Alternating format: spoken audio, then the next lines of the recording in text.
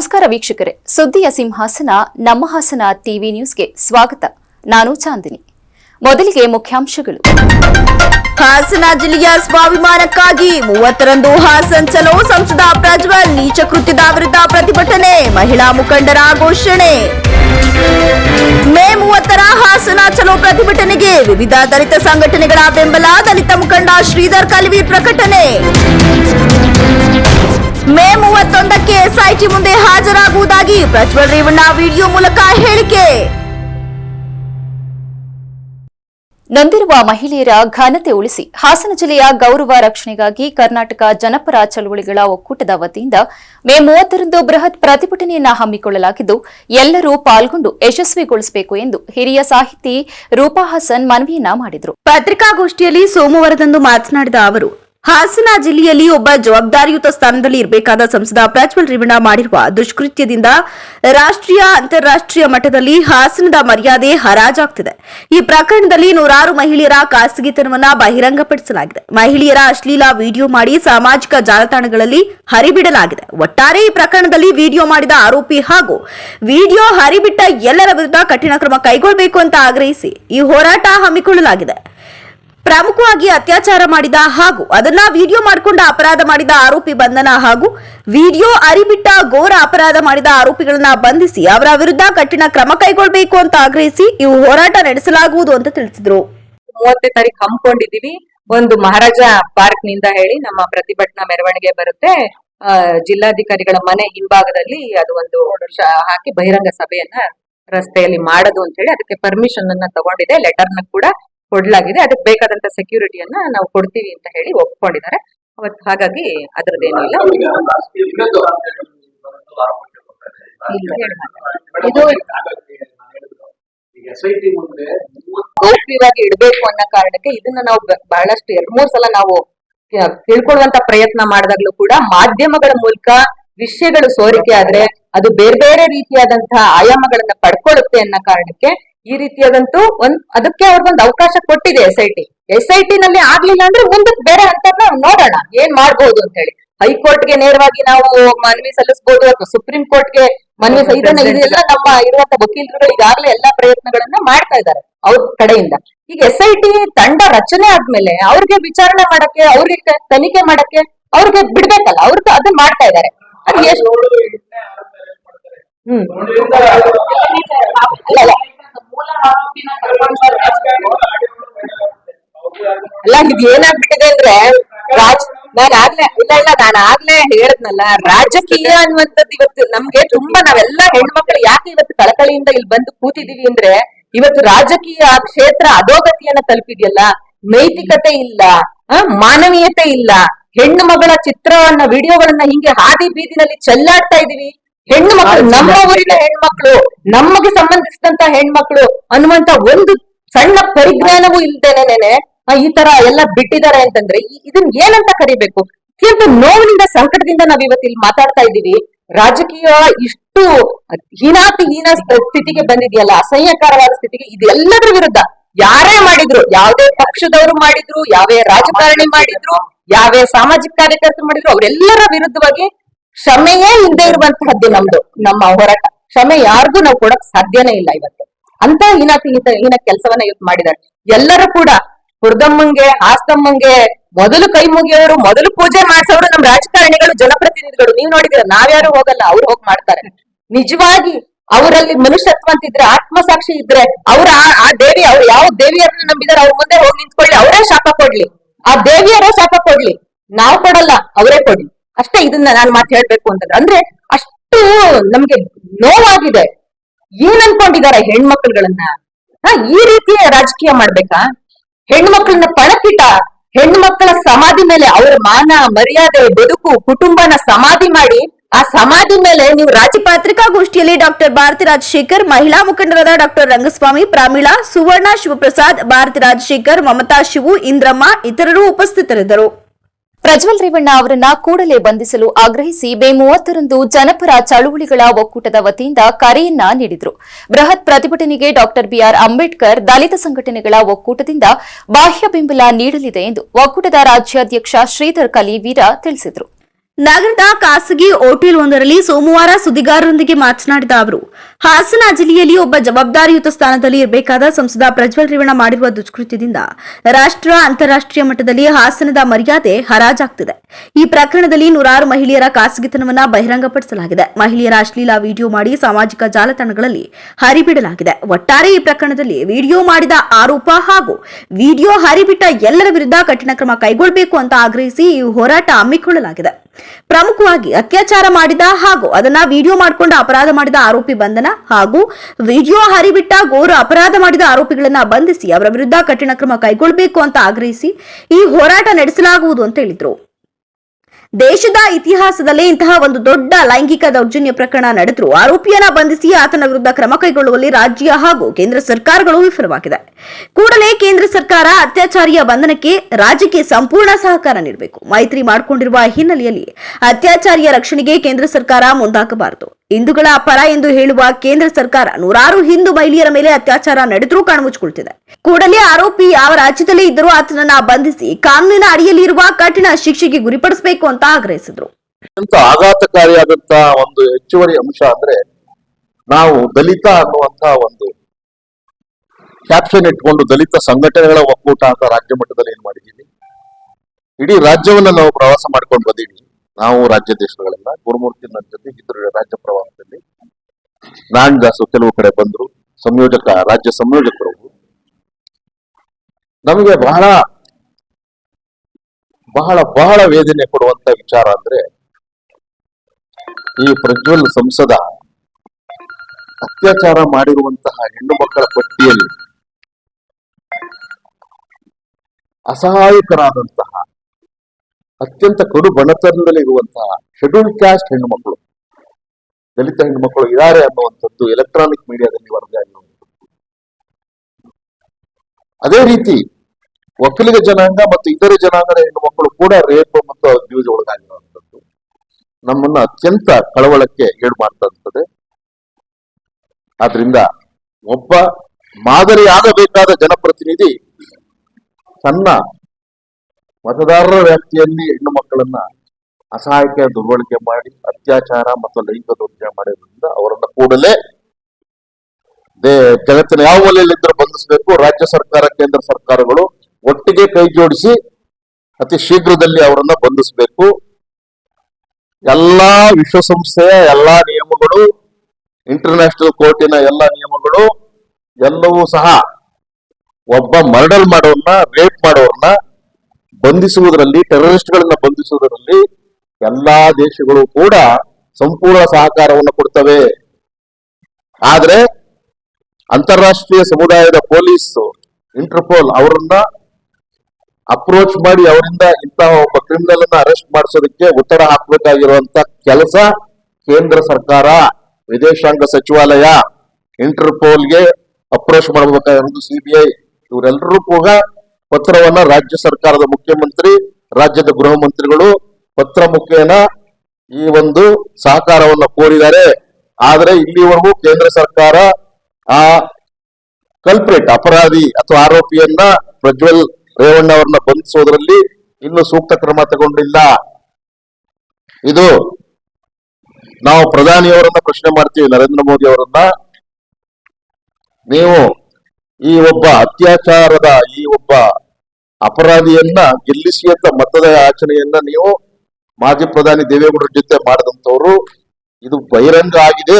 ಇನ್ನೂ ಕೂಡ ತಾವು ಈ ಅಪರಾಧಿಯನ್ನು ಅರೆಸ್ಟ್ ಮಾಡೋದಕ್ಕೆ ಇಂಟರ್ನ್ಯಾಷನಲ್ ಏಜೆನ್ಸಿಗಳನ್ನ ಪ್ರಧಾನಿಯಾಗಿ ಯಾಕೆ ಅಪ್ರೋಚ್ ಮಾಡಿಲ್ಲ? ಈ ದೇಶದ ಹೆಣ್ಣು ಮಕ್ಕಳ ಸಂಸ್ಕೃತಿ, ಸಂಸ್ಕಾರ, ಸಂಪ್ರದಾಯ, ಹಿಂದುತ್ವ ಈಗ ಎಲ್ಲೋಯ್ತು? ರೇಪ್ ಆಗಿರೋರು ಯಾವ ಧರ್ಮದವರು? ಹೆಚ್ಚು ಕಡಿಮೆ ಎಲ್ಲ majority ಅವರು ಹಿಂದೂ ಧರ್ಮಕ್ಕೆ ಸೇರಿದವರಿದ್ದಾರೆ. ಇಸ್ಲಾಂ ಇರ್ಬೋದು, ಕ್ರಿಶ್ಚಿಯನ್ ಇರ್ಬೋದು, ಎಲ್ಲರೂ ಕೂಡ ಮನುಷ್ಯರೇ, ಎಲ್ಲರೂ ಹೆಣ್ಣು ಮಕ್ಕಳೇ. ದೇಶದ ಪ್ರಧಾನಿಯ ನೈತಿಕ ಹೊಣೆಗಾರಿಕೆ ಏನು? ಈಗಲಾದ್ರೂ ಕೂಡ ನಾವು ಆಗ್ರಹ ಮಾಡ್ತೀವಿ, ನಮ್ಮ ಅಂಬೇಡ್ಕರ್ ಒಕ್ಕೂಟದಿಂದ ಕೇಂದ್ರ ಸರ್ಕಾರ ತುರ್ತು ಕ್ರಮ ತಗೋಬೇಕು. ರಾಜ್ಯ ಸರ್ಕಾರವು ಕೂಡ ಈ ಸುದ್ದಿಗೋಷ್ಠಿಯಲ್ಲಿ ಚನ್ನಬಸಪ್ಪ, ಕಾಟಿಗೆ ಅಂಬುಗ ಮಲ್ಲೇಶ್, ನಾರಾಯಣದಾಸ್, ಕೆ ಈರಪ್ಪ, ಕೃಷ್ಣದಾಸ್, ಸಿದ್ದಪ್ಪ, ಬಲರಾಮ್, ಸುನೀಲ್, ಜಗದೀಶ್, ಪ್ರಸನ್ನಕುಮಾರ್, ಅಂಬುಗ ಮಲ್ಲೇಶ್, ಅಶ್ವಥ್, ಗೋವಿಂದರಾಜು, ಪ್ರಸನ್ನಕುಮಾರ್ ಇತರರು ಉಪಸ್ಥಿತರಿದ್ದರು. ಸಂಸದ ಪ್ರಜ್ವಲ್ ನಾಪತ್ತೆಯಾಗಿ ಬರೋಬ್ಬರಿ 1 ತಿಂಗಳ ಬಳಿಕ ಪ್ರತ್ಯಕ್ಷವಾಗಿದ್ದಾರೆ. ವಿಡಿಯೋ ಬಿಡುಗಡೆ ಕೂಡ ಮಾಡಿದ್ದಾರೆ. ತಂದೆ ತಾಯಿ ಹಾಗೂ ತಾತನ ಬಳಿ ನಾನು ಕ್ಷಮೆ ಕೇಳುತ್ತೇನೆ. ನಮ್ಮ ಕುಮಾರಣ್ಣ, ನಾಡಿನ ಜನತೆ ಹಾಗೂ ಜೆಡಿಎಸ್ ಕಾರ್ಯಕರ್ತರಿಗೆ ಕ್ಷಮೆ ಕೇಳ್ತೇನೆ ಅಂತ ಪ್ರಜ್ವಲ್ ರೇವಣ್ಣ ಕ್ಷಮೆ ಕೇಳಿದ್ದಾರೆ. ಏಪ್ರಿಲ್ 26ರಂದು ನನ್ನ ಮೇಲೆ ಯಾವುದೇ ಪ್ರಕರಣ ದಾಖಲಾಗಿರಲಿಲ್ಲ. ನಾನು ಫಾರಿನ್ ಹೊರಟ ಮೇಲೆ ನನಗೆ ಈ ಬಗ್ಗೆ ವಿಷಯ ಗೊತ್ತಾಯಿತು. ಎಸ್ಐಟಿ ರಚನೆ ಬಳಿಕ ಎಸ್ಐಟಿ ನೋಟಿಸ್ ನಾನು ಸಮಯಾವಕಾಶವನ್ನ ನೀಡಿದ್ದೆ. ಈ ವಿಚಾರವನ್ನ ರಾಹುಲ್ ಗಾಂಧಿ ಸೇರಿದಂತೆ ಕಾಂಗ್ರೆಸ್ ನಾಯಕರು ಪ್ರಚಾರ ಮಾಡಲು ಪ್ರಾರಂಭ ಮಾಡಿದ್ರು. ನಾನು ಎಲ್ಲರನ್ನ ಕ್ಷಮೆ ಕೇಳ್ತೇನೆ. ಹಾಸನದ ಎಲ್ಲಾ ಶಕ್ತಿಗಳು ಒಟ್ಟಾಗಿ ನನ್ನನ್ನ ಕುಗ್ಗಿಸಲು ಪ್ರಯತ್ನ ಮಾಡಿದ್ದಾರೆ. ಈ ಎಲ್ಲಾ ಬೆಳವಣಿಗೆಯಿಂದಾಗಿ ನಾನೇ ಈ ವಿಚಾರದಿಂದ ದೂರ ಇದ್ದೆ ಅಂತ ಪ್ರಜ್ವಲ್ ರೇವಣ್ಣ ವಿಡಿಯೋದಲ್ಲಿ ಹೇಳಿದ್ದಾರೆ. ನಾನೇ ಶುಕ್ರವಾರ ಅಂದ್ರೆ ಮೇ 31ರಂದು ಖುದ್ದಾಗಿ ಬೆಳಗ್ಗೆ 10 ಗಂಟೆಗೆ ಎಸ್ಐಟಿ ಮುಂದೆ ಬಂದು ನಾನು ಉತ್ತರ ಕೊಡ್ತೇನೆ. ಸರಿಯಾದ ಉತ್ತರ ಕೊಡುವ ಪ್ರಯತ್ನವನ್ನ ಮಾಡ್ತೇನೆ. ನನಗೆ ನ್ಯಾಯಾಲಯದ ಮೇಲೆ ನಂಬಿಕೆ ಇದೆ. ಈ ಸುಳ್ಳು ಪ್ರಕರಣದಿಂದ ಆಚೆ ಬರುವ ಕೆಲಸವನ್ನ ನಾನು ನ್ಯಾಯಾಲಯದ ಮೂಲಕ ಮಾಡಿಕೊಳ್ತೇನೆ. ನನ್ನ ಮೇಲೆ ದೇವರ ಆಶೀರ್ವಾದ ಹಾಗೂ ನಾಡಿನ ಜನರ ಕುಟುಂಬದ ಆಶೀರ್ವಾದವಿರಲಿ. ಎಸ್ಐಟಿ ಮುಂದೆ ಬಂದು ಎಲ್ಲಾ ಪ್ರಶ್ನೆಗಳಿಗೂ ಉತ್ತರಿಸ್ತೇನೆ ಅಂತ ಪ್ರಜ್ವಲ್ ರೇವಣ್ಣ ತಿಳಿಸಿದ್ದಾರೆ. ಎಲ್ಲರಿಗೂ ನಮಸ್ಕಾರ. ಮೊದಲನೇದಾಗಿ ನನ್ನ ತಂದೆ ತಾಯಿಗೆ, ತಾತಂಗೆ ಹಾಗೂ ನನ್ನ ಕುಮಾರನಿಗೆ ಮತ್ತು ನಾಡಿನ ಜನತೆಗೆ ಹಾಗೂ ಎಲ್ಲ ನನ್ನ ಕಾರ್ಯಕರ್ತರಿಗೆ ಕ್ಷಮಾಪಣೆ ಕೇಳ್ತಾ, ನಾನು ಫಾರಿನಲ್ಲಿ ಎಲ್ಲಿದ್ದೀನಿ ಅಂತ ಸರಿಯಾಗಿ ಮಾಹಿತಿ ಕೊಡದೇ ಇರೋದಕ್ಕೆ ಇವತ್ತು ಮಾಹಿತಿ ಕೊಡೋದಕ್ಕೆ ಬಂದಿದ್ದೀನಿ. ಏನು 26ನೇ ತಾರೀಕು ಚುನಾವಣೆ ನಡೀತು. 26ನೇ ತಾರೀಕು ಚುನಾವಣೆ ನಡೆದಂತ ಸಂದರ್ಭದಲ್ಲಿ ಅವತ್ತು ನನ್ನ ಮೇಲೆ ಯಾವುದೇ ರೀತಿ ಒಂದು ಪ್ರಕರಣ ಆಗಲಿ, ಯಾವುದೇ ಒಂದು ಕೇಸ್ ಆಗಲಿ ಏನೂ ಇರಲಿಲ್ಲ. ಎಸ್ಐಟಿನೂ ಕೂಡ ರಚನೆ ಆಗಿರಲಿಲ್ಲ. ಈ 26ನೇ ತಾರೀಕು ನಾನು ಫಾರಿನ್ ಹೋಗೋದು ಕೂಡ ಇದು ಮುಂಚೆನೆ ಪ್ರೀ ಪ್ಲಾನ್ ಆಗಿತ್ತು. ಹಾಗಾಗಿ ನಾನು ಫಾರಿನ್ ಹೊರಟಾದ ಮೇಲೆ 3-4 ದಿನದ ನಂತರ ನಾನು ಯೂಟ್ಯೂಬ್ ನೋಡುವಂತ ಸಂದರ್ಭದಲ್ಲಿ, ನ್ಯೂಸ್ ಚಾನೆಲ್ ನೋಡುವಂತ ಸಂದರ್ಭದಲ್ಲಿ ನನಗೆ ಈ ಮಾಹಿತಿ ದೊರಕುವಂತ ಕೆಲಸ ಆಯಿತು. ಮಾಹಿತಿ ದೊರಕದ ಮೇಲೆ ನಂತರ ಎಸ್ಐಟಿನೂ ಕೂಡ ಏನು ಒಂದು ನೋಟಿಸ್ ಕೊಡುವಂತ ಕೆಲಸ ಮಾಡಿತು. ಆ ಎಸ್ಐಟಿ ನೋಟಿಸ್ಗೂ ಕೂಡ ನಾನು ಎಕ್ಸ್ ಖಾತೆ ಮುಖಾಂತರ ಮತ್ತು ನನ್ನ ಲಾಯರ್ ಮುಖಾಂತರ ನಾನು 7 ದಿನ ಸಮಯ ಅವಕಾಶ ಕೇಳಿದ್ದೆ. 7 ದಿನ ಸಮಯ ಅವಕಾಶ ಕೇಳಿದ ಮೇಲೆ ಕೂಡ ಅದು ಮಾರನೇ ದಿನನೇ ಏನು ಕಾಂಗ್ರೆಸ್ನ ಹಿರಿಯ ನಾಯಕರಾದಂತಹ ರಾಹುಲ್ ಗಾಂಧಿ ಅವರು ಮತ್ತು ಹಾಗೂ ಎಲ್ಲ ಹಿರಿಯ ನಾಯಕರುಗಳು ಏನು ಓಪನ್ ವೇದಿಕೆಗಳಲ್ಲಿ ಈ ಒಂದು ವಿಚಾರಗಳನ್ನ ಪ್ರಚಾರ ಮಾಡೋದಕ್ಕೆ ಪ್ರಾರಂಭ ಮಾಡಿದ್ರು, ಚರ್ಚೆ ಮಾಡೋದಕ್ಕೆ ಪ್ರಾರಂಭ ಮಾಡಿದ್ರು, ಒಂದು ರಾಜಕೀಯದ ಪಿತೂರಿ ಮಾಡುವಂತ ಕೆಲಸನ ಮಾಡಿದ್ರು. ಇದೆಲ್ಲ ನೋಡಿದಂತ ಸಂದರ್ಭದಲ್ಲಿ ನಾನು ಡಿಪ್ರೆಷನ್ಗೆ ಹೋಗುವಂತ ಕೆಲಸ ಆಯಿತು, ಐಸೋಲೇಷನ್ಗೆ ಹೋಗುವಂತ ಕೆಲಸ ಮಾಡಿಕೊಂಡೆ. ಹಾಗಾಗಿ ನಾನು ಮೊದಲನೇದಾಗಿ ನಿಮ್ಮೆಲ್ಲರನ್ನೂ ಕ್ಷಮಾಪಣೆ ಕೇಳಿದೆ, ದಯವಿಟ್ಟು ಕ್ಷಮಿಸಿ ಅಂತ ಕೇಳಿದೆ ನಾನು. ಅದಾದ ನಂತರ ಹಾಸನಲ್ಲೂ ಕೂಡ ಕೆಲವು ಶಕ್ತಿಗಳು ಎಲ್ಲ ಒಟ್ಟಿಗೆ ಸೇರ್ಕೊಂಡು ಇವತ್ತು ನನ್ನ ಮೇಲೆ ರಾಜಕೀಯದ ಒಂದು ಪಿತೂರಿ ಮಾಡುವಂತ ಕೆಲಸ ಮಾಡುವಂತದಿರ್ಬೋದು, ರಾಜಕೀಯವಾಗಿ ನಾನು ಏನು ಬೆಳೀತಾ ಇದ್ದೀನಿ, ನನ್ನ ಕುಗ್ಗಿಸ್ಬೇಕು ಅನ್ನೋ ಒಂದು ರೀತಿಯಲ್ಲಿ ಇವತ್ತು ಏನೇನೋ ಒಂದು ಪ್ರಕರಣಗಳಲ್ಲಿ ಅವರು ಎಲ್ಲರೂ ಕೂಡ ಒಂದು ಭಾಗಿಯಾಗುವಂತ ಕೆಲಸಗಳನ್ನ ಮಾಡಿಕೊಂಡ್ರು. ಹಾಗಾಗಿ ಇವನ್ನೆಲ್ಲ ನೋಡಿದಂತ ಸಂದರ್ಭದಲ್ಲಿ ಇದ್ದಿದ್ದು ಇನ್ನ ಒಂದು ಆಘಾತ ಆಗುವಂತ ಕೆಲಸ ಆಗಿ ನಾನೇ ಒಂಚೂರು ದೂರ ಇದ್ದೆ. ಹಾಗಾಗಿ ಯಾರು ಕೂಡ ಇದ್ರ ಬಗ್ಗೆ ತಪ್ಪು ತಿಳಿಯೋದು ಬೇಡ. ನಾನೇ ಖುದ್ದಾಗಿ ಶುಕ್ರವಾರ ಏನು 31ನೇ ತಾರೀಕು 10 ಗಂಟೆಗೆ ಎಸ್ಐಟಿ ಮುಖಾಂತರ ಎಸ್ಐಟಿ ಮುಂದೆ ಬಂದು ನಾನು ಸಂಪೂರ್ಣ ಈ ಇನ್ವೆಸ್ಟಿಗೇಷನ್ಗೆ ಸಹಕಾರ ಕೊಡೋ ಮುಖಾಂತರ ನಾನು ಇದಕ್ಕೆ ಸರಿಯಾದ ರೀತಿಯಲ್ಲಿ ಉತ್ತರ ಕೊಡುವಂತ ಕೆಲಸನ ಮಾಡ್ತೀನಿ. ಹಾಗೆ ನ್ಯಾಯಾಲಯದ ಮೇಲೆ ನನಗೆ ನಂಬಿಕೆ ಇದೆ. ಖಂಡಿತವಾಗ್ಲೂ ಕೂಡ ನಾನು ಈ ಒಂದು ಏನು ಸುಳ್ಳಿನ ಪ್ರಕರಣಗಳಿದಾವೆ, ಈ ಸುಳ್ಳು ಪ್ರಕರಣದಿಂದ ಆಚೆ ಬರುವಂತ ಕೆಲಸನ ನ್ಯಾಯಾಲಯದ ಮುಖಾಂತರನೇ ಮಾಡ್ಕೋತೀನಿ ಅನ್ನೋ ಒಂದು ನಂಬಿಕೆ ನನ್ನಲ್ಲಿ ಏನಿದೆ. ಹಾಗೂ ದೇವರ ಆಶೀರ್ವಾದ ಮತ್ತು ಜನರ ಆಶೀರ್ವಾದ, ನನ್ನ ಕುಟುಂಬದ ಆಶೀರ್ವಾದ ನನ್ನ ಮೇಲೆ ಇರಲಿ. ಖಂಡಿತವಾಗ್ಲೂ ನಾನು ಈ 31ನೇ ತಾರೀಕು ಶುಕ್ರವಾರ ನಾನು ಎಸ್ಐಟಿ ಮುಂದೆ ಬರ್ತೀನಿ. ಬಂದ ನಂತರ ನಾನು ಇದಕ್ಕೆಲ್ಲದಕ್ಕೂ ಕೂಡ ಈ ಒಂದು ಇದಕ್ಕೆ ತಲೆ ಎಳೆಯುವಂತ ಕೆಲಸನ ಮಾಡ್ತೀನಿ. ನನ್ನ ಮೇಲೆ ನಂಬಿಕೆ ಇರಲಿ ಅಂತ ಹೇಳಿ ನಿಮ್ನೆಲ್ಲರನ್ನೂ ಕೋರ್ತಾ ನಾನು ಧನ್ಯವಾದ ಹೇಳಕ್ಕೆ ಇಷ್ಟಪಡ್ತೀನಿ. ಧನ್ಯವಾದ. ಪಶ್ಚಿಮ ಬಂಗಾಳ ಹೈಕೋರ್ಟ್ ಅಲ್ಪಸಂಖ್ಯಾತರನ್ನ ಹಿಂದುಳಿದ ವರ್ಗಗಳ ಮೀಸಲಾತಿ ಪಟ್ಟಿಯಿಂದ ಬೇರ್ಪಡಿಸಲಾದ ತೀರ್ಪನ್ನ ಪಶ್ಚಿಮ ಬಂಗಾಳದ ಸರ್ಕಾರ ಮಾನ್ಯ ಮಾಡಲು ಆದೇಶಿಸುವ ಕುರಿತು ಬಿಜೆಪಿ ಜಿಲ್ಲಾ ಒಬಿಸಿ ಮೋರ್ಚಾದಿಂದ ಪ್ರತಿಭಟಿಸಿ ಜಿಲ್ಲಾಡಳಿತಕ್ಕೆ ಮನವಿಯನ್ನ ಸಲ್ಲಿಸಲಾಯಿತು. ಹಾಸನ ಬಿಜೆಪಿ ಜಿಲ್ಲಾ ಹಿಂದುಳಿದ ವರ್ಗಗಳ ಅಧ್ಯಕ್ಷರಾದ ಬಿಆರ್ ಜಯಣ್ಣ ಮಾಧ್ಯಮದೊಂದಿಗೆ ಮಾತನಾಡಿ, ಕರ್ನಾಟಕ ರಾಜ್ಯ ಬಿಜೆಪಿ ಹಿಂದುಳಿದ ವರ್ಗಗಳ ಮೋರ್ಚಾವು ಪಶ್ಚಿಮ ಬಂಗಾಳದ ಕಲ್ಕತ್ತಾ ಹೈಕೋರ್ಟ್ ನೀಡಿರುವ ಅಲ್ಪಸಂಖ್ಯಾತರನ್ನ ಹಿಂದುಳಿದ ವರ್ಗಗಳ ಮೀಸಲಾತಿ ಪಟ್ಟಿಯಿಂದ ಬೇರ್ಪಡಿಸಲಾದ ತೀರ್ಪನ್ನ ಸ್ವಾಗತಿಸುತ್ತೇವೆ ಅಂತ ಹೇಳಿದರು. ಪಶ್ಚಿಮ ಬಂಗಾಳದ ಮುಖ್ಯಮಂತ್ರಿಗಳಾದ ಮಮತಾ ಬ್ಯಾನರ್ಜಿ ಅವರು ದೇಶದ ಅಲ್ಪಸಂಖ್ಯಾತರಿಗೆ ಅನ್ಯಾಯವಾಗಿದೆ ಅಂತ ನೀಡಿರುವ ಹೇಳಿಕೆಯನ್ನ ಖಂಡಿಸುತ್ತೇವೆ. ತಾವು ಪಶ್ಚಿಮ ಬಂಗಾಳದ ಹೈಕೋರ್ಟ್ ನೀಡಿರುವ ತೀರ್ಪನ್ನ ಪಶ್ಚಿಮ ಬಂಗಾಳ ಸರ್ಕಾರವು ಗೌರವಿಸಲು ಆದೇಶಿಸುವ ಮೂಲ ರಾಷ್ಟ್ರದ ಹಿಂದುಳಿದ ವರ್ಗಗಳಿಗೆ ನ್ಯಾಯ ದೊರಕಿಸಿಕೊಡಬೇಕೆಂದು ತಮ್ಮಲ್ಲಿ ವಿನಮ್ರವಾಗಿ ವಿನಂತಿಸುತ್ತೇವೆ ಅಂತ ಹೇಳಿದರು. ಭಾರತೀಯ ಜನತಾ ಪಕ್ಷ ಹಿಂದುಳಿದ ವರ್ಗ ಮೋರ್ಚಾದಿಂದ ಇವತ್ತು ಒಂದು ಕೇಂದ್ರ ಸರ್ಕಾರ ಮತ್ತು ಭಾರತೀಯ ಜನತಾ ಪಕ್ಷದವರು ಕಾಂಗ್ರೆಸ್ ವಿರುದ್ಧ ಮತ್ತು ಮಮತಾ ಬ್ಯಾನರ್ಜಿ ಅವರ ವಿರುದ್ಧ ಒಂದು ಪ್ರತಿಭಟನೆಯನ್ನು ಹಮ್ಮಿಕೊಂಡಿದ್ದೀವಿ. ಕಾರಣ ಇಷ್ಟೇ, ಕಳೆದ 10 ವರ್ಷಗಳಲ್ಲಿ ಮಮತಾ ಬ್ಯಾನರ್ಜಿ ಅವರು ಪಶ್ಚಿಮ ಬಂಗಾಳದಲ್ಲಿ ಮುಸ್ಲಿಂ ತುಷ್ಟೀಕರಣ ಮಾಡುವ ಉದ್ದೇಶದಿಂದ ಹಿಂದುಳಿದ ವರ್ಗಗಳಿಗೆ ಮೀಸಲಾತಿಯನ್ನ ಕಿತ್ತು ಮುಸ್ಲಿಂ ಸಮಾಜಕ್ಕೆ ಅಲ್ಪಸಂಖ್ಯಾತರಿಗೆ ಕೊಟ್ಟಿರ್ತಾರೆ. ಸೊ ಅದನ್ನ ಪ್ರತಿಭಟಿಸಿ ಭಾರತೀಯ ಜನತಾ ಪಕ್ಷ ವಿವಿಧ ಸಂಘಟನೆಗಳು ಮತ್ತು ಸಾರ್ವಜನಿಕ ಅರ್ಜಿನ ಕಲ್ಕತ್ತಾ ಹೈಕೋರ್ಟ್ ಅಲ್ಲಿ ಅರ್ಜಿನ ಫೈಲ್ ಆಯ್ತು ಕೋರ್ಟ್ ಅಲ್ಲಿ. ಅದು ಪರಿಶೀಲನೆ ನಡೆದು ಅಲ್ಲಿಂದ ಕಲ್ಕತ್ತಾ ಹೈಕೋರ್ಟ್ ಅದನ್ನ ರದ್ದು ಮಾಡ್ತು. ಆ ರದ್ದು ಮಾಡಿದ್ದೇನೆ ಎಲ್ಲ ಸಂಘಟನೆಗಳು ಮತ್ತು ಎಲ್ಲ ಪಕ್ಷಗಳು ಅದನ್ನ ವಿರೋಧ ಮಾಡಿದೆ. ಆದ್ರೂ ಸಹ మన ಚುನಾವಣಾ ರ್ಯಾಲಿನಲ್ಲಿ ಈ ಪ್ರತಿಭಟನೆಯಲ್ಲಿ ಬಿಜೆಪಿ ಜಿಲ್ಲಾ ಹಿಂದುಳಿದ ವರ್ಗಗಳ ಜಿಲ್ಲಾ ಪ್ರಧಾನ ಕಾರ್ಯದರ್ಶಿ ಅಮಿತ್ ಶೆಟ್ಟಿ, ರೇಣುಕಪ್ಪ, ಅರಸೀಕೆರೆ ತಾಲೂಕು ಅಧ್ಯಕ್ಷ ದಿನೇಶ್, ಮಾಜಿ ಅಧ್ಯಕ್ಷ ಮೈಲಾರಪ್ಪ, ಶೋಭನ್ ಬಾಬು, ಗುರುಪ್ರಸಾದ್, ರೈತ ಮೋರ್ಚಾ ಅಧ್ಯಕ್ಷ ನಾರಾಯಣಗೌಡ ಇತರರು ಉಪಸ್ಥಿತರಿದ್ದರು. ದಲಿತ, ಶೋಷಿತ, ಅಲಕ್ಷಿತ ಸಮುದಾಯಗಳ ನಾಯಕ ಮಾಜಿ ಸಚಿವ ಎಚ್ ಆಂಜನೇಯ ಅವರನ್ನ ಕಾಂಗ್ರೆಸ್ ಸರ್ಕಾರದಿಂದ ಎಂಎಲ್ಸಿಯನ್ನಾಗಿ ನೇಮಕ ಮಾಡಿ ಸಚಿವ ಸ್ಥಾನ ನೀಡಬೇಕು ಎಂದು ಮಾದಿಗ ಸಂಘಟನೆಗಳ ಒಕ್ಕೂಟದ ಜಿಲ್ಲಾಧ್ಯಕ್ಷ ಎಚ್ಪಿ ಶಂಕರರಾಜು ಒತ್ತಾಯಿಸಿ ಮನವಿಯನ್ನ ಮಾಡಿದರು. ಪತ್ರಿಕಾಗೋಷ್ಠಿಯಲ್ಲಿ ಸೋಮವಾರ ಮಾತನಾಡಿ, ಮಾಜಿ ಸಚಿವ ಆಂಜನೇಯ ಅವರು ಶೋಷಿತ ತಳ ಸಮುದಾಯಗಳ ಬಗ್ಗೆ ಅತ್ಯಂತ ಕಾಳಜಿ ಹೊಂದಿದ್ದು, ಧ್ವನಿಯಿಲ್ಲದ ಸಮುದಾಯಗಳಿಗೆ ಸಾಮಾಜಿಕ ನ್ಯಾಯ ನೀಡುವ ಮೂಲಕ ರಾಜ್ಯದಲ್ಲಿ ಖ್ಯಾತಿಯನ್ನು ಪಡೆದುಕೊಂಡಿದ್ದಾರೆ. ಕಳೆದ 2023ರ ವಿಧಾನಸಭಾ ಚುನಾವಣೆಯಲ್ಲಿ ಹೊಳಲ್ಕೆರೆ ವಿಧಾನಸಭಾ ಕ್ಷೇತ್ರದಲ್ಲಿ ಸ್ಪರ್ಧಿಸಿ ಅತ್ಯಲ್ಪ ಮತಗಳ ಅಂತರದಿಂದ ಸೋಲುತ್ತಿರುವ ಇವರ ಸೋಲು ದಲಿತ, ಶೋಷಿತ, ಅಲಕ್ಷಿತ ಸಮುದಾಯಗಳಿಗೆ ಸಾಕಷ್ಟು ನಷ್ಟವಾಗಿದೆ. ನೊಂದ ಸಮುದಾಯಗಳ ಏಳಿಗೆಗಾಗಿ ದುಡಿಯುತ್ತಿರುವ ರಾಜಕೀಯ ನಾಯಕರುಗಳಲ್ಲಿ ಎಚ್ ಆಂಜನೇಯ ಅವರು ಮುಂಚೂಣಿ ನಾಯಕರಾಗಿದ್ದಾರೆ.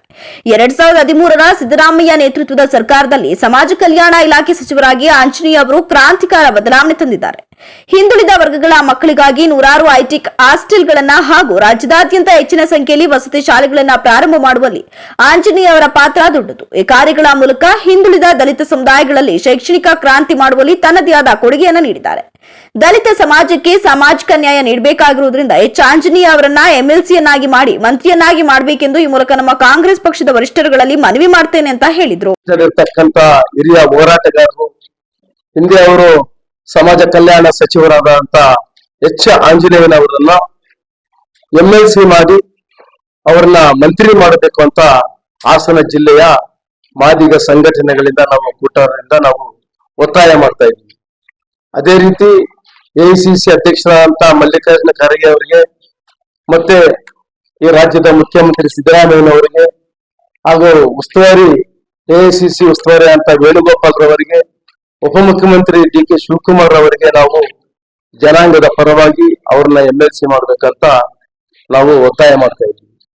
ಕಾರಣ ಅವರು ಸಮಾಜ ಕಲ್ಯಾಣ ಸಚಿವರಾದಂತ ಸಂದರ್ಭದಲ್ಲಿ 2013ರಿಂದ 2018ರವರೆಗೆ ಅವರು ಸಮಾಜ ಕಲ್ಯಾಣ ಸಚಿವರಾದಂತಹ ಸಂದರ್ಭದಲ್ಲಿ ಕರ್ನಾಟಕ ರಾಜ್ಯದಲ್ಲಿ ಅನೇಕ ಯೋಜನೆಗಳು ಈ ಜನಾಂಗಕ್ಕೆ ಮತ್ತೆ ರಾಜ್ಯಕ್ಕೆ, ಹಿಂದುಳಿದ ವರ್ಗಕ್ಕೆ, ಅಲ್ಪಸಂಖ್ಯಾತರಿಗೆ ಅವರು ಕ್ರಾಂತಿಕಾರಿ ಯೋಜನೆಗಳನ್ನ ಆ ಆಡಳಿತ ಏನು 2013 ಮತ್ತು 2018ರವರೆಗೆ ಮುಖ್ಯಮಂತ್ರಿ ಸಿದ್ದರಾಮಯ್ಯನವರ ಮುಖ್ಯಮಂತ್ರಿ ಆದಂತ ಸಂದರ್ಭ ಸಮಾಜ ಕಲ್ಯಾಣ ಸಚಿವರಾದಂತ ಎಚ್ ಆಂಜನೇಯವರವರ ಒಂದು ಸಚಿವ ಸಂಪುಟದಲ್ಲಿ ಅವರು ಅನೇಕ ಯೋಜನೆಗಳನ್ನ ಈ ರಾಜ್ಯಕ್ಕೆ ಮಾಡಿದಂತ ಕೀರ್ತಿ ಅವ್ರಿಗೆ ಸಲ್ಲುತ್ತೆ. ಅದೇ ರೀತಿ ನಮ್ಮ ಜನಾಂಗದ ಏನು ಕಳೆದ ನಾವು 25 ವರ್ಷದಿಂದ ನಾವು ಮೀಸಲಾತಿ ವರ್ಗೀಕರಣಕ್ಕೆ ಹೋರಾಟ ಮಾಡ್ತಾ ಇದೀವಿ. ಅದ್ರಲ್ಲಿ ಅವ್ರದ್ದು ಒಂದು ದೊಡ್ಡ ಪಾತ್ರ ಇದೆ. ಅವರು ಕಳೆದ ಕ್ಯಾಬಿನೆಟ್ ಅಲ್ಲಿ, ಸಿದ್ದರಾಮಯ್ಯ ಕ್ಯಾಬಿನೆಟ್ ಅಲ್ಲಿ ಹೇಗೆ ಸದಾಶಿವ ಆಯೋಗದ ವರದಿನ ಮಂಡಿಸೋದಕ್ಕೆ ಪ್ರಯತ್ನ ಪಟ್ಟರು, ಅದಾಗಲಿ. ಈ ಪತ್ರಿಕಾಗೋಷ್ಠಿಯಲ್ಲಿ ಜಿಲ್ಲಾ ಮಾದಿಗ ಸಂಘಟನೆಗಳ ಒಕ್ಕೂಟದ ಮುಖಂಡರಾದ ಸಂಚಾಲಕ ಮಾಡಾಳು ದಾಸಪ್ಪ, ಗೌರವಾಧ್ಯಕ್ಷ ಎಟಿ ಮಂಜುನಾಥ್, ರಾಜ್ಯ ಕಾರ್ಯದರ್ಶಿ ಎಸ್ ವಸಂತಕುಮಾರ್, ಅಧ್ಯಕ್ಷ ಜಿಕೆ ರಾಜು, ಕಾಂತರಾಜ್, ಉಂಡಿಗನಾಳು ಇತರರು ಉಪಸ್ಥಿತರಿದ್ದರು. ವಿದೇಶದಲ್ಲಿ ತಲೆಮರೆಸಿಕೊಂಡಿರುವ ಹಾಸನದ ಸಂಸದ ಪ್ರಜ್ವಲ್ ರೇವಣ್ಣ ಅವರನ್ನ ಶೀಘ್ರವೇ ಬಂಧಿಸುವಂತೆ ಒತ್ತಾಯಿಸಲು ಮೇ 30ರಂದು ಹಾಸನ ಚಲೋ ಕಾರ್ಯಕ್ರಮ ಹಮ್ಮಿಕೊಳ್ಳಲಾಗಿದೆ ಎಂದು ಸಿಐಟಿಯುಸಿ ಮುಖಂಡ ಗೊಲ್ಲರ ಹೊಸಳ್ಳಿ ಮಂಜುನಾಥ್ ತಿಳಿಸಿದರು. ಪಟ್ಟಣದ ಪತ್ರಕರ್ತರ ಭವನದಲ್ಲಿ ಪತ್ರಿಕಾಗೋಷ್ಠಿ ನಡೆಸಿ ಮಾತನಾಡಿ ಚನ್ನರಾಯಪಟ್ಟಣ ತಾಲೂಕಿನಿಂದ ಕನಿಷ್ಠ 500 ಮಂದಿ ಪ್ರತಿಭಟನೆಯಲ್ಲಿ ಪಾಲ್ಗೊಳ್ಳುವರು ಅಂತ ಮಾಹಿತಿ ನೀಡಿದರು. ರಾಜ್ಯದ ನಾನಾ ಭಾಗಗಳಿಂದ ಸುಮಾರು 10,000 ಮಂದಿ ಸೇರುವ ನಿರೀಕ್ಷೆ ಇದ್ದು ಹೇಮಾವತಿ ಪ್ರತಿಮೆ ಬಳಿಯಿಂದ ಮೆರವಣಿಗೆ ನಡೆಸಿ ಜಿಲ್ಲಾಧಿಕಾರಿ ಕಚೇರಿ ಎದುರು ಸಭೆ ನಡೆಸಲಾಗುವುದು. ಕಾನೂನಿನ ಕಣ್ಣು ತಪ್ಪಿಸುವ ಪ್ರಯತ್ನವಾಗುತ್ತದೆ ಎಂಬ ಆತಂಕ ಎದುರಾಗಿದ್ದು ಈ ಕುರಿತಂತೆ ಎಚ್ಚರ ವಹಿಸುವಂತೆ ಆಗ್ರಹಿಸಲಾಗುವುದು. ಕೇಂದ್ರ ಸರ್ಕಾರವು ಆರೋಪಿಯ ವಿರುದ್ಧ ಕಠಿಣ ಕ್ರಮಕ್ಕೆ ಹಾಗೂ ಪ್ರಜ್ವಲ್ ರೇವಣ್ಣರನ್ನ ಸ್ವದೇಶಕ್ಕೆ ವಾಪಸ್ ಕರೆಸಲು ರಾಜ್ಯ ಸರ್ಕಾರಕ್ಕೆ ನೆರವಾಗಬೇಕು ಅಂತ ತಿಳಿಸಿದರು. ಮತ್ತು ಚಿಂತಕರು ಈ ರಾಜ್ಯದಲ್ಲಿ 30ನೇ ತಾರೀಕು ಹಾಸನಕ್ಕೆ ಇಡೀ ರಾಜ್ಯದ ಪ್ರತಿ ಜಿಲ್ಲೆಯಿಂದ ಈ ಎಲ್ಲ ಸಂಘಟನೆಯನ್ನು ಒಳಗೊಂಡ ಮಾನವೀಯ ಮೌಲ್ಯಗಳಿರ್ತಕ್ಕಂಥವರು ಮಹಿಳಾ ಪರ ಚಳುವಳಿಗಾರರು 30ನೇ ತಾರೀಕು ಹಾಸನಕ್ಕೆ ಬರ್ತಾ ಇದ್ದಾರೆ. ಹಾಸನದಲ್ಲಿ 10:30 ಗಂಟೆಗೆ ಅಲ್ಲಿ ಅಣಿನೇರಿತೀವಿ, ಅಲ್ಲಿಂದ ಮೆರವಣಿಗೆ ನಡೆಸ್ತೀವಿ, ಬೃಹತ್ತಾದಂಥ ಒಂದು ಸಮಾವೇಶವನ್ನು ಅಲ್ಲಿ ನಡೆಸ್ತೀವಿ. ಭಾಳ ಮುಖ್ಯವಾದಂಥ ವಿಚಾರ ನಿಮಗೆಲ್ಲ ಗೊತ್ತಿರೋದು, ಈಗಾಗಲೇ 1 ತಿಂಗಳ ಕಾಲ ಕಳೆದಿದೆ. ಬಹುಶಃ ಇಡೀ ಜಗತ್ತಿನಲ್ಲೇ ತಲ್ಲಣ ಉಂಟು ಮಾಡಿರ್ತಕ್ಕಂಥ ಒಬ್ಬ ಹಾಸನ ಜಿಲ್ಲೆಯ ಸಂಸತ್ ಸದಸ್ಯ ಮಾಡಿರ್ತಕ್ಕಂಥ ವಿಕೃತ ಕರ್ಮಕಾಂಡ ಏನಿದೆ ಅದರ ವಿರುದ್ಧ ನಾವಿವತ್ತ ತೀವ್ರವಾಗಿ ಧ್ವನಿಯನ್ನು ರಾಜ್ಯವ್ಯಾಪಿ ಎಲ್ಲ ಸಂಘಟನೆಗಳ ವತಿಯಿಂದ ಎತ್ತಾ ಇದ್ದೀವಿ. ಈಗಾಗಲೇ ಒತ್ತಡಗಳನ್ನು ರಾಜ್ಯ ಸರ್ಕಾರಕ್ಕೆ, ಕೇಂದ್ರ ಸರ್ಕಾರಕ್ಕೆ ತಂದಿದ್ದೀವಿ. ಅದಾದರೂ ಕೂಡ ನೀವೆಲ್ಲರೂ ಕೂಡ ಗಮನಿಸ್ತಾ ಇದ್ದೀರಾ. ಮೂಲ ಯಾರು ಲೈಂಗಿಕ ಅಪರಾಧವನ್ನು ಮಾಡಿ ದೇಶ ತೊರೆದಿದ್ದಾನೆ ಅವ್ರ ಬಗ್ಗೆಗೆ ಹೆಚ್ಚಿಗೆ ಮಾತನಾಡೋ ಬದಲು ಅವರನ್ನು ರಕ್ಷಣೆ ಮಾಡ್ತಕ್ಕಂಥ ಕ್ರಿಯೆಗಳು ಇವತ್ತ ನಡೀತಾ ಇದ್ದಾವೆ. ಅದು ಅವರ ಕುಟುಂಬದ ರಾಜಕಾರಣದ ಇದನ್ನು ಬಳಸ್ಕೊಂಡು ಮಾನ್ಯ ಕುಮಾರಸ್ವಾಮಿಯವರು ಎಲ್ಲ ಡೈವರ್ಟ್ ಮಾಡಲಿಕ್ಕೆ ನೋಡ್ತಾ ಇದ್ದಾರೆ. ಅದಕ್ಕೆ ರಕ್ಷಣೆಯಾಗಿ ನಿಂತಿರೋರು ಭಾಳ ಸ್ಪಷ್ಟವಾಗಿ ಗೊತ್ತಾಗ್ತಾ ಇದೆ. BJPಯ ರಾಜ್ಯ ಮತ್ತು ರಾಷ್ಟ್ರ ಮುಖಂಡರು ಅವರಿಗೆ ಇವತ್ತು ರಕ್ಷಣೆಯಾಗಿ ನಿಂತಿದ್ದಾರೆ. ಇದೇ ಕೆಲಸವನ್ನ ಬೇರೆ ಯಾರಾದರೂ ಅಲ್ಪಸಂಖ್ಯಾತ. ಇದೇ ಸಂದರ್ಭದಲ್ಲಿ ಕಾರ್ಮಿಕ ಸಂಘಟನೆಯ ಮುಖಂಡರಾದ ಮಂಜುನಾಥ್, ತಾಲೂಕು ಹೈಂದ ಸಂಘಟನೆ ಅಧ್ಯಕ್ಷರಾದ ಉತ್ತಿನಾಳಿ ಚಂದ್ರು, ದಲಿತ ಮುಖಂಡ KN ನಾಗೇಶ್, ರೈತ ಸಂಘದ ತಾಲೂಕು ಅಧ್ಯಕ್ಷ CG ರವಿ, ರೈತ ಸಂಘದ ಜಿಲ್ಲಾ ಪ್ರಧಾನ ಕಾರ್ಯದರ್ಶಿ ಮಾಳೇನಹಳ್ಳಿ ಹರೀಶ್, ಕಾರ್ಮಿಕ ಮುಖಂಡರಾದ ಕಲ್ಕೆರೆ ವಾಸುದೇವ್, ಪೋತನಹಳ್ಳಿ ಕರಿಯಪ್ಪ, ರವಿ, ಮಾನವ ಹಕ್ಕುಗಳ ವೇದಿಕೆ ಅಧ್ಯಕ್ಷರಾದ ತೇಜಸ್ ಸೇರಿದಂತೆ ಇತರರು ಹಾಜರಿದ್ದರು. ಎನ್ಎಸ್ಎಸ್ ಶಿಬಿರಗಳು ಸಂಪೂರ್ಣವಾದ ವ್ಯಕ್ತಿ ವಿಕಸನ ಹೊಂದಲು ಸಹಕಾರಿಯಾಗಿವೆ ಎಂದು ಮೈಸೂರು ವಿಶ್ವವಿದ್ಯಾನಿಲಯದ ರಾಷ್ಟ್ರೀಯ ಸೇವಾ ಯೋಜನೆಯ ಸಂಯೋಜನಾಧಿಕಾರಿ ಡಾ MB ಸುರೇಶ್ ತಿಳಿಸಿದರು. ಪಟ್ಟಣದ ಸರ್ಕಾರಿ ಮಹಿಳಾ ಗೃಹ ವಿಜ್ಞಾನ ಕಾಲೇಜಿನಲ್ಲಿ 2023-24ನೇ ಸಾಲಿನ ಸಾಂಸ್ಕೃತಿಕ ಕ್ರೀಡೆ, ರೇಂಜರ್ಸ್ ಹಾಗೂ ರೆಡ್ ಕ್ರಾಸ್ ಘಟಕಗಳ ಸಮಾರೋಪ ಸಮಾರಂಭ ಉದ್ಘಾಟಿಸಿ ಮಾತನಾಡಿದರು. 2 ವರ್ಷಗಳ ಎನ್ಎಸ್ಎಸ್ನಲ್ಲಿ ದಾಖಲು ಮಾಡಿಕೊಂಡು ಒಂದು ಕ್ಯಾಂಪ್ಗಳಲ್ಲಿ ಭಾಗವಹಿಸಿದಲ್ಲಿ 25 ಅಂಕ ನೀಡಲಾಗುತ್ತೆ. ಈ ಅವಕಾಶವು ಶೈಕ್ಷಣಿಕ ಪ್ರಗತಿಗೆ ಪೂರಕವಾಗಿದೆ. 19,200 ಮಕ್ಕಳು ಎನ್ಎಸ್ಎಸ್ ನೋಂದಣಿಯೊಂದಿಗೆ ಸೇವಾ ನಿರತರಾಗಿದ್ದು ಯೋಧರ ರೀತಿಯಲ್ಲಿ ಸೇವಾ ಕಾರ್ಯದಲ್ಲಿ ತೊಡಗಿಸಿಕೊಳ್ಳುವ ವಿದ್ಯಾರ್ಥಿಗಳು ಪಠ್ಯಕ್ಕೆ ಪೂರಕವಾಗಿ ನ್ಯಾಷನಲ್ ಇಂಟಿಗ್ರೇಷನ್ ಕ್ಯಾಂಪ್ ಹಾಗೂ ಯೂತ್ ಫೆಸ್ಟಿವಲ್ಗಳಲ್ಲಿ ಭಾಗವಹಿಸಿ ರಿಪಬ್ಲಿಕ್ ಡೇ ಕಾರ್ಯಕ್ರಮದಲ್ಲಿ ಭಾಗವಹಿಸಿ ಉಪನ್ಯಾಸಕರ ಜೊತೆಗೆ ನಿರಂತರ ಸಂಪರ್ಕವು ಪ್ರಶಸ್ತಿಗಳ ಪಡೆಯುವ ಜೊತೆಗೆ ಮಾನಸ ಗಂಗೋತ್ರಿಯಲ್ಲಿ PG ಸೀಟ್ ಪಡೆಯಲು ಅವಕಾಶ ಇರುತ್ತೆ ಎಂದು ತಿಳಿಸಿದರು. ಹಲವರು ಅವಕಾಶಗಳ ಬಗ್ಗೆ ಸವಿಸ್ತಾರವಾಗಿ ವಿವರಿಸಿದರು. ತಮಗೆಲ್ಲ ಗೊತ್ತಿದೆ, ಈ ಕಾಲೇಜಿನ ಬೌದ್ಧಿಕ ಆಸ್ತಿ ಇಡೀ ಕನ್ನಡ ಭಾಷೆಯಲ್ಲಿ, ಕನ್ನಡ ಡಿಪಾರ್ಟ್ಮೆಂಟಲ್ಲಿ ಅವ್ರದೇ ಆದಂಥ ಒಂದು ಅಸ್ಮಿತೆಯನ್ನು, ಒಂದು ಗುರುತನ್ನು ಈಗಾಗಲೇ ಸ್ಥಾಪಿಸಿದ್ದಾರೆ. ಅವರ ಸೇವೆಯನ್ನು ಗುರುತಿಸಿ ಸರ್ಕಾರ ಕನ್ನಡ ಸಾಹಿತ್ಯ ಅಕಾಡೆಮಿಯ ಸದಸ್ಯರನ್ನಾಗಿ ಮಾಡಿದೆ. ಹಾಗಾಗಿ ನಮಗೆ ಅದು ಒಂದು ರೀತಿ ಅತೀವವಾದಂಥ ಒಂದು ಸಂತೋಷವನ್ನು ತಂದಿದೆ. ಅದೇ ರೀತಿ ಅಶೋಕ್ರವರು ಸಹ ನಮಗೆ ಸ್ನೇಹಿತರೇ ಆಗಿದ್ದಾರೆ. ಇಲ್ಲಿ ಒಂದು ಸುಂದರವಾದಂಥ ಒಂದು ವಾತಾವರಣ ಇಲ್ಲಿ ಸೃಷ್ಟಿಯಾಗಿದೆ. ಈ ಒಂದು ಬಿಲ್ಡಿಂಗ್ ಅನ್ನ ನೋಡಿದಾಗ ಅಥವಾ ನಿಮ್ಮನ್ನ ನೋಡಿದಾಗ ಎಲ್ಲ ಒಂದ್ ಕಡೆ ಒಳ್ಳೆ ಪರಿಸರದಲ್ಲಿ ಒಳ್ಳೆ ವಿದ್ಯಾಭ್ಯಾಸವನ್ನು ನೀವು ಪಡಿತಾ ಇದ್ದೀರಾ, ವಿಶೇಷವಾದಂತಹ ಕೋರ್ಸ್ಗಳನ್ನು ತಾವು ಅಧ್ಯಯನ ಮಾಡ್ತಾ ಇದ್ದೀರಾ ಅನ್ನುವಂಥದ್ದು ನನ್ನ ನಂಬಿಕೆ. ಮತ್ತೆ ಇಲ್ಲಿ ವರದಿಗಳನ್ನ ಇಬ್ಬರು ವಿದ್ವಾಂಸರು ಮಂಡಿಸಿದ್ದಾರೆ. ಆ ವರದಿಗಳನ್ನ ಗಮನಿಸಿದಾಗ ಬಹುಶಃ 200 ಚಿಲ್ಲರೆ ಮಕ್ಕಳಿರುವಂತಹ ನೀವುಗಳೆಲ್ಲರೂ ಸಹ ಒಂದಲ್ಲ ಒಂದು ಸ್ಪರ್ಧೆಗಳಲ್ಲಿ, ಒಂದಲ್ಲ ಒಂದು ಕಾರ್ಯಕ್ರಮದಲ್ಲಿ ನಿಮ್ಮದೇ ಆದಂತಹ ಒಂದು ಅಸ್ತಿತ್ವವನ್ನು ಕಂಡುಕೊಂಡಿದ್ದೀರಾ ಅಥವಾ ನಿಮ್ಮ ಮೇಲೆ ಅದು ಪರಿಣಾಮ ಬೀರಿದೆ. ನೀವೆಲ್ಲರೂ ಸಹ ಸಹಭಾಗಿಗಳಾಗಿದ್ದೀರಾ ಅಂತ ನಾನು ಭಾವಿಸ್ತೀನಿ. ಯಾಕೆ ಈ ಕಾರ್ಯಕ್ರಮದಲ್ಲಿ ಡಾ MB ಸುರೇಶ, ಡಾ ಆಶಾ ಜ್ಯೋತಿ, ತಾಲೂಕು ಪತ್ರಕರ್ತರ ಸಂಘದ ಅಧ್ಯಕ್ಷ ಎಚ್ಬಿ ಸುರೇಶ್, ಪದ್ಮಾ, ಸುರೇಶ್ ಕುಮಾರ್, ಕೃಷ್ಣಮೂರ್ತಿ, ಗಣೇಶ್, ಅಶೋಕ್, ಶ್ವೇತಾ ನಾಯ್ಕ್, ಸಂಚಾಲಕ Ashok, doctor Ganesh, doctor Krishnamurthy, Jayachandra MS, Fakiramma, P Muragoda, Mala ಸೇರಿದಂತೆ ಇತರರು ಉಪಸ್ಥಿತರಿದ್ದರು. ಮಲೆನಾಡು ಭಾಗದಲ್ಲಿ ಪ್ರತಿನಿತ್ಯ ವಿದ್ಯುತ್ ಕಡಿತದ ಹಿನ್ನೆಲೆ ಸಾರ್ವಜನಿಕರಿಗೆ ತೊಂದರೆಯಾಗ್ತಾ ಇದ್ದು, ವಿದ್ಯುತ್ ಉಪಕೇಂದ್ರವನ್ನ ತೆರೆಯಬೇಕೆಂದು ಏಕಾಂಗಿ ಹೋರಾಟಗಾರ ತೀರ್ಥಪ್ಪ ಕೆಇಬಿ ಮುಂಭಾಗ ಪ್ರತಿಭಟನೆಯನ್ನ ನಡೆಸಿದ್ರು. ಅರೇಹಳ್ಳಿ ಹೋಬಳಿಯ ಬಿಕ್ಕೋಡು ಭಾಗದಲ್ಲಿ ರಾತ್ರಿ ವೇಳೆ ವಿದ್ಯುತ್ ಇಲ್ಲದೆ ಬೆಳೆಗಾರರಿಗೆ ಹಾಗೂ ಅಲ್ಲಿಯ ಗ್ರಾಮಸ್ಥರಿಗೆ ತೀವ್ರ ತೊಂದರೆಯಾಗುತ್ತಿತ್ತು. ಕೂಡಲೇ ವಿದ್ಯುತ್ ಸಬ್ಸ್ಟೇಷನ್ ಅನ್ನು ತೆರೆಯುವಂತೆ ಈಗಾಗಲೇ ಹಲವಾರು ಬಾರಿ ಸಂಬಂಧಪಟ್ಟ ಅಧಿಕಾರಿಗಳಿಗೆ ಹಾಗೂ ಜನಪ್ರತಿನಿಧಿಗಳಿಗೆ ಮನವಿ ಮಾಡಲಾಗಿದೆ. ಅಲ್ಲದೆ ಮಲೆನಾಡು ಭಾಗವಾದ ಇಲ್ಲಿ ಪ್ರತಿನಿತ್ಯ ಆನೆಗಳ ಹಾವಳಿಯಿಂದಾಗಿ ಜನರಿಗೆ ರಾತ್ರಿ ಸಮಯದಲ್ಲಿ ಹೊರಗೆ ಬರದಂತಹ ಸಂದಿಗ್ಧ ಸ್ಥಿತಿ ನಿರ್ಮಾಣವಾಗಿದೆ. ವಿದ್ಯುತ್ ಸಮಸ್ಯೆಯಿಂದಾಗಿ ಕುಡಿಯುವ ನೀರಿಗೆ ತೀವ್ರ ತೊಂದರೆಯಾಗುತ್ತದೆ. ಕೂಡಲೇ ಇದರ ಬಗ್ಗೆ ಜನಪ್ರತಿನಿಧಿಗಳು ಗಮನ ಹರಿಸಬೇಕು. ಶಾಸಕ ಸುರೇಶ್ ಅವರು ಇಲ್ಲಿ ಸಾರ್ವಜನಿಕರ ಕುಂದುಕೊರತೆ ಸಭೆಯಲ್ಲಿ ಅಧಿಕಾರಿಗಳಿಗೆ ಯಾವುದೇ ಕಾರಣಕ್ಕೂ ಈ ಬಿಕ್ಕೋಡು ಭಾಗದಲ್ಲಿ ವಿದ್ಯುತ್ ಸಮಸ್ಯೆ ಆಗದಂತೆ ಎಚ್ಚರಿಕೆ ವಹಿಸುವಂತೆ ಸೂಚಿಸಿದ್ರು. ಇದರ ಬಗ್ಗೆ ಗಮನ ಹರಿಸುತ್ತಿಲ್ಲ. ಕೂಡಲೇ ಸಂಬಂಧಪಟ್ಟ ಅಧಿಕಾರಿಗಳು ಹಾಗೂ ಶಾಸಕರು ಈ ಭಾಗದಲ್ಲಿ ರೈತರ ಸಮಸ್ಯೆಗೆ ಸ್ಪಂದಿಸುವ ಮೂಲಕ ಇಲ್ಲಿಗೆ ಒಂದು ಸಬ್ಸ್ಟೇಷನ್ ಅನ್ನು ತೆರೆಯಲು ಅನುವು ಮಾಡಿಕೊಡಬೇಕು ಅಂತ ಮನವಿ ಮಾಡಿದರು. ಈಗಾಗಲೇ ಬಿಕ್ಕೋಡು ಹೋಬಳಿಗೆ ಸಬ್ಸ್ಟೇಷನ್ ಶಾಂಕ್ಷನ್ ಆಗಿ ಡಿ.ಕೆ. ಶಿವಕುಮಾರ್ ಇಂಧನ ಸಚಿವರಾದ ಕಾಲದಾಗ ರಾಜ್ಯದ ಮುಖ್ಯಮಂತ್ರಿ ಆಗಿರ್ತಕ್ಕಂಥ ಸಿದ್ದರಾಮಯ್ಯ ಕಾಲದಲ್ಲಿ ಆಗಿದ್ದು, ಇವತ್ತಿನವರೆಗೂ ಕೂಡ ಸಬ್ಸ್ಟೇಷನ್ ಆಗಿಲ್ಲ. ಯಾವ ಅಧಿಕಾರಿಗಳು ಯಾವ ಶಾಸಕರು ಬಂದು ಮೇಸೆ ಎಣಿಸ್ತಿದ್ದಾರೆ. ಅದು ಕೂಡ ಇವತ್ತಿನ ದಿವಸ ಭಾಳ ನಮಗೆ ತೊಂದರೆ ಆಗಿದೆ. ಕೃಷಿ ಬೆಳೆಗಾರರು, ಕಾಫಿ ಬೆಳೆಗಾರರು, ತೆಂಗಿನ ಬೆಳೆಗಾರರು, ಅಡಿಕೆ ಬೆಳೆಗಾರರು ಮತ್ತು ಮನೆಯಿಂದ ಹೊರಗಡೆ ಬರೋಕ್ಕೆ ಸಾಧ್ಯವಿಲ್ಲ. ಆನೆ ಹಾವಳಿ ಜಾಸ್ತಿ ಐತೆ. ಅದು ಕೂಡ ಇವತ್ತಿನ ದಿವಸ ಬಿಕ್ಕೋಡು ಹೋಗಿ ಸಬ್ಸ್ಟೇಷನ್ ಆಗಲೇಬೇಕು.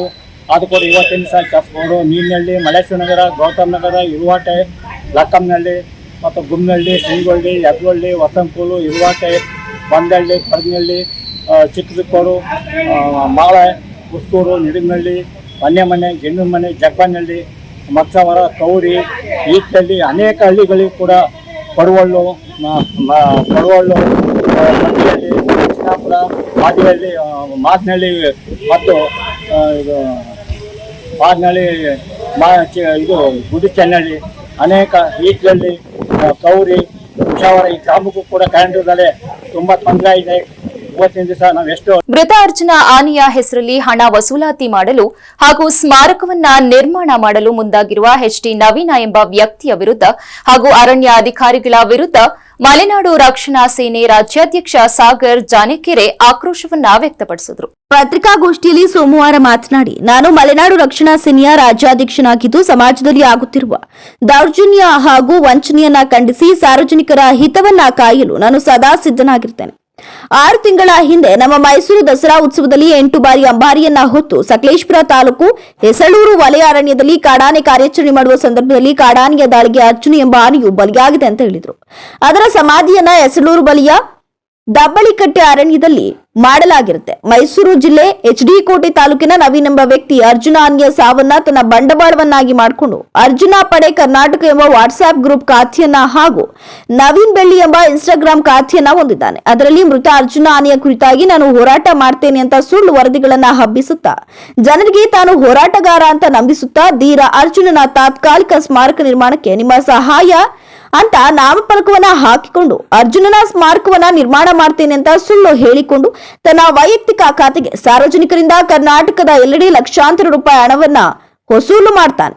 ಈ ಬಗ್ಗೆ ಆತನನ್ನ ನಾನು ವಿಚಾರ ಮಾಡಲಾಗಿ ಆತನು ನನ್ನ ಬಳಿ ನನಗೆ ಸ್ಮಾರಕವನ್ನ ನಿರ್ಮಾಣ ಮಾಡಲು ಉಪಾರಣ್ಯ ಸಂರಕ್ಷಣಾಧಿಕಾರಿಗಳು ಸಕಲೇಶಪುರ ಹಾಗೂ ಹೆಸಳೂರು ವಲಯ ಅರಣ್ಯಾಧಿಕಾರಿಗಳು ಅನುಮತಿಯನ್ನ ನೀಡಿರ್ತಾರೆ. ಆ ನಿಟ್ಟಿನಲ್ಲಿ ನಾನು ರಕ್ಷಿತ ಅರಣ್ಯದೊಳಗೆ ಪ್ರವೇಶ ಮಾಡಿ ಸಮಾಧಿಯನ್ನ ಅಗೆದಿರ್ತೇನೆ ಅಂತ ತಿಳಿಸಿರ್ತಾನೆ. ಇವೆಲ್ಲವನ್ನ ಸೂಕ್ಷ್ಮವಾಗಿ ಗಮನಿಸಿದಾಗ ಸಕಲೇಶಪುರ ಉಪಾರಣ್ಯ ಸಂರಕ್ಷಣಾಧಿಕಾರಿಗಳು ಹಾಗೂ ವಲಯ ಅರಣ್ಯಾಧಿಕಾರಿಗಳು ಹೆಸಳೂರು ಇವರು ಈತನಿಗೆ ಬೆನ್ನೆಲುಬಾಗಿ ಜನರಿಗೆ ವಂಚಿಸಲು ಸಹಾಯ ಮಾಡ್ತಿರ್ತಾರೆ ಎಂಬ ಅನುಮಾನವೂ ಮೂಡಿರುತ್ತೆ ಅಂತ ಆರೋಪಿಸಿದ್ರು.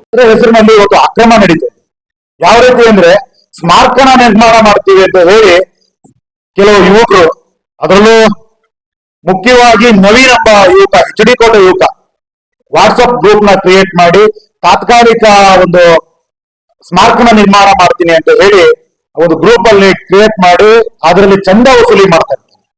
ಅದರಲ್ಲಿ ಈಗಾಗಲೇ ಆಲ್ರೆಡಿ ಲಕ್ಷಾಂತರ ರೂಪಾಯಿ ಕಲೆಕ್ಷನ್ ಆಗಿದೆ. ನಮಗೆ ಸಾಧ್ಯ ಆದಷ್ಟು ದಾಖಲಾತಿಗಳನ್ನ ನಮಗೆ ಒದಗಿಸಿದೀನಿ, ಇಲ್ಲಿರ್ತದೆ ಎಲ್ಲ ಕೊಡ್ತೀನಿ. ಎಳೆಯಾಗಿ ನಿಮಗೆ ಪ್ರತಿಯೊಂದನ್ನು ಹೇಳ್ತಾ. ವಿಪರ್ಯಾಸ ಏನಪ್ಪಾ ಅಂದ್ರೆ ನಮ್ಗೊಂದು ಅನುಮಾನ ಮೂಡಿದೆ ಇದರಲ್ಲಿ, ನಮ್ಮ ಸಕಲೇಶ್ಪುರ ಫಾರೆಸ್ಟ್ ಇಲಾಖೆ ಇದ್ರ ಜೊತೆ ಕೈ ಜೋಡಿಸಿದೆ ಅನ್ನೋದು ನಮ್ಮ ಆರೋಪ ಇದೆ. ಯಾಕಂದ್ರೆ ಈ ನವೀನನ್ನ ನಾವು ಸಂಪರ್ಕ ಮಾಡಿದಾಗ ಇಲ್ಲ ನಮ್ಗೆ ACF ಅವರು ಸ್ಮಾರಕ ಮಾಡ್ಲಿಕ್ಕೆ ಹೊಳಿ ಕಳಿಸ್ಕೊಟ್ರು, ತಾತ್ಕಾಲಿಕವಾಗಿ ಅದನ್ನ ಕಟ್ಟಿ ಸಿಮೆಂಟ್ ಹಾಕ್ಬೇಡಿ ಅಂತ ಹೇಳಿ ನಾವು ಇದೆಲ್ಲ ತಿಳಿದ ಮೇಲೆ ACF ಅವ್ರನ್ನು ಸಹ ಹೋಗಿ ಸಂಪರ್ಕ ಮಾಡಿದಾಗ ACF ಅವರು ಇಲ್ಲ ನಾನು ಯಾವುದೇ ತರ ಹೇಳಿಲ್ಲ.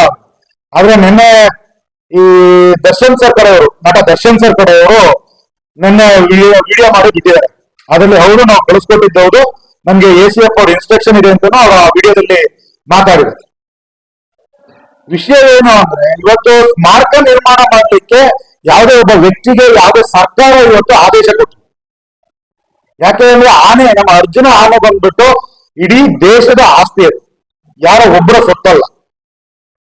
ಯಾಕೆ ಈ ವಿಚಾರನ ಇಷ್ಟೊಂದು ಗಂಭೀರ? ಈ ಪತ್ರಿಕಾಗೋಷ್ಠಿಯಲ್ಲಿ ಮಲೆನಾಡು ರಕ್ಷಣಾ ಸೇನೆ ತಾಲೂಕು ಅಧ್ಯಕ್ಷ ಪುಟ್ಟರಾಜು ಮಳಲಿ, ತಾಲೂಕು ಉಪಾಧ್ಯಕ್ಷ ತೇಜಸ್ ಗೌಡ, ತಾಲೂಕು ಉಸ್ತುವಾರಿ ಚಂದ್ರಶೇಖರ್ ಇತರರು ಉಪಸ್ಥಿತರಿದ್ದರು. ಮೃತ ಅರ್ಜುನ ಆನೆಯ ಹೆಸರಲ್ಲಿ ಹಣ ವಸೂಲಾತಿ ಮಾಡಲು ಹಾಗೂ ಸ್ಮಾರಕವನ್ನ ನಿರ್ಮಾಣ ಮಾಡಲು ಮುಂದಾಗಿರುವ HT ನವೀನ ಎಂಬ ವ್ಯಕ್ತಿಯ ವಿರುದ್ಧ ಹಾಗೂ ಅರಣ್ಯ ಅಧಿಕಾರಿಗಳ ವಿರುದ್ಧ ಮಲೆನಾಡು ರಕ್ಷಣಾ ಸೇನೆ ರಾಜ್ಯಾಧ್ಯಕ್ಷ ಸಾಗರ್ ಜಾನೆಕೆರೆ ಆಕ್ರೋಶವನ್ನ ವ್ಯಕ್ತಪಡಿಸಿದರು. ವಿಧಾನಸಭಾ ಕ್ಷೇತ್ರದ ಕಾಂಗ್ರೆಸ್ ಮುಖಂಡರಾದ ಶ್ರೀ HP ಶ್ರೀಧರ್ ಗೌಡರವರು ಮನೆಯಿಂದ ಕಚೇರಿಗೆ ತೆರಳುವ ಸಮಯದಲ್ಲಿ ಸೋಮವಾರಪೇಟೆ ಮಾಗಡಿ ರಾಜ್ಯ ಹೆದ್ದಾರಿ ರಸ್ತೆಯ ಸಿದ್ದಾಪುರ ಗೇಟ್ ಬಳಿ 2 ಬೈಕ್ಗಳ ನಡುವೆ ಮುಖಾಮುಖಿ ಅಪಘಾತ ಸಂಭವಿಸಿ 4 ಜನಕ್ಕೆ ಗಾಯವಾಗಿದ್ದು ಆಂಬ್ಯುಲೆನ್ಸ್ ಬರಲು ತಡವಾದ ಕಾರಣ ಗಾಯಾಳುಗಳನ್ನು ತಮ್ಮ ಕಾರಿನಲ್ಲಿಯೇ ಕೊಣನೂರು ಸರ್ಕಾರಿ ಆಸ್ಪತ್ರೆಗೆ ಕರೆತಂದು ಪ್ರಥಮ ಚಿಕಿತ್ಸೆಯನ್ನ ಕೊಡಿಸಿ ಮಾನವೀಯತೆ ಮೆರೆದು ರಸ್ತೆಯಲ್ಲಿ ಚಲಿಸುವಾಗ ಬಹಳ ಸುರಕ್ಷಿತವಾಗಿ ಸಂಚರಿಸಬೇಕು ಅಂತ ಮನವಿ. ಒಂದೊಂದು ಜೀವವೂ ಕೂಡ ಬಹಳ ಅತ್ಯಂತ ಅಮೂಲ್ಯವಾದುದು ಅಂತ ತಿಳಿಸಿದ್ದಾರೆ. ಕೊನೆಯಲ್ಲಿ ಮತ್ತೊಮ್ಮೆ ಮುಖ್ಯಾಂಶಗಳು.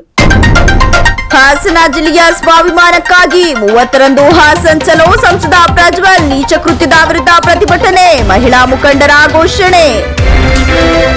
ಮೇ 30ರ ಹಾಸನ ಚಲೋ ಪ್ರತಿಭಟನೆಗೆ ವಿವಿಧ ದಲಿತ ಸಂಘಟನೆಗಳ ಬೆಂಬಲ, ದಲಿತ ಮುಖಂಡ ಶ್ರೀಧರ್ ಕಲ್ವೀರ್ ಪ್ರಕಟಣೆ. ಮೇ 31ಕ್ಕೆ SIT ಮುಂದೆ ಹಾಜರಾಗುವುದಾಗಿ ಪ್ರಜ್ವಲ್ ರೇವಣ್ಣ ವಿಡಿಯೋ ಮೂಲಕ ಹೇಳಿಕೆ.